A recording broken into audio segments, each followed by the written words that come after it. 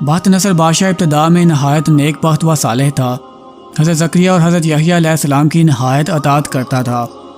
اتفاقاً اس نے ایک عورت سے نکاح کیا جس کے ہمراہ ایک خوبصورت لڑکی بھی تھی جو اس کے پہلے شوہر سے تھی۔ جب وہ لڑکی سن بلوغت کو پہنچی تو بادشاہ اس کی بہار حسن دیکھ کر فریفتہ و دیوانہ ہو گیا۔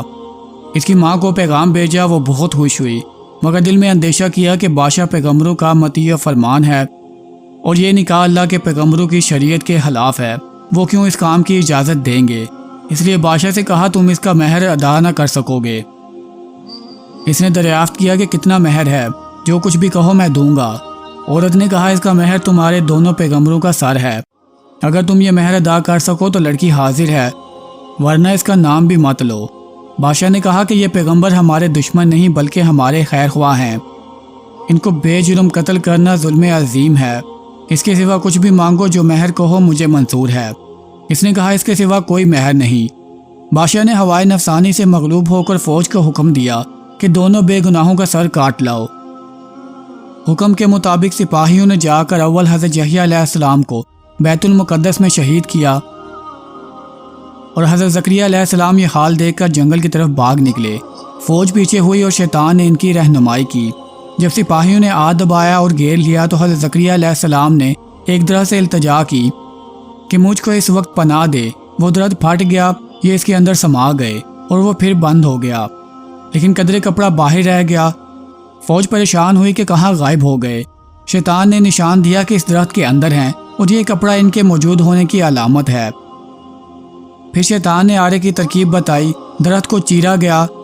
جب آرے کی نوک حضرت زکریا علیہ السلام کے سر تک پہنچی تو انہوں نے سسکی بھری۔ حکم الہی نازل ہوا، اگر اف کرو گے تو پیغمبری سے خارج کر دیے جاؤ گے۔ تم نے غیر سے کیوں پناہ مانگی؟ اگر ہم سے التجا کرتے تو کیا ہم پناہ نہیں دے سکتے تھے؟ اب اس کا مزہ چکھو اور چپ چاپ سر پر آرا چلنے دو۔ غرضیہ سر سے پاؤں تک جسم چیرا گیا اور حضرت زکریا علیہ السلام نے دم نہ مارا۔ جب دونوں پیغمبر اس بے دردی سے شہید کر دیے گئے تو غضب الہی نازل ہوا۔ دن تاریک ہو گیا اور ایک بادشاہ خونخوار فوج لے کر اس شہر پر چڑھ دوڑا۔ اس شہر کے باشندوں کو گرفتار کر لیا۔ حضرت یحییٰ علیہ السلام کا خون بند نہ ہوتا تھا، جب قبر میں رکھتے تو قبر خون سے لبریز ہو جاتی۔ بادشاہ کے لشکر نے قسم کھائی کہ جب تک خون بند نہ ہوگا قتل سے باز نہ رہیں گے۔ ہزارہ آدمی قتل کر دیے گئے لیکن خون بند نہ ہوا۔ اس وقت ایک شخص حضرت یحییٰ علیہ السلام کی لاش پر آیا اور کہا کہ تم پیغمبر ہو یا ظالم؟ ایک خون کے بدلے میں 1000 آدمی قتل ہو چکے ہیں، اب کیا سارے جہان کو قتل کراؤ گے؟ اتنا کہنا تھا کہ خون بند ہو گیا۔ دوستو، جامعہ دمشق میں حضرت یحییٰ علیہ السلام کی قبر موجود ہے۔ اس واقعے سے ہمیں یہ سبق ملتا ہے کہ اللہ کے سوا کسی سے مدد نہیں مانگنی چاہیے۔ جب ایک نبی کو بھی اللہ تعالیٰ نے بطور تنبیہ آرے سے چڑھوا دیا تو ہماری کیا حیثیت ہے؟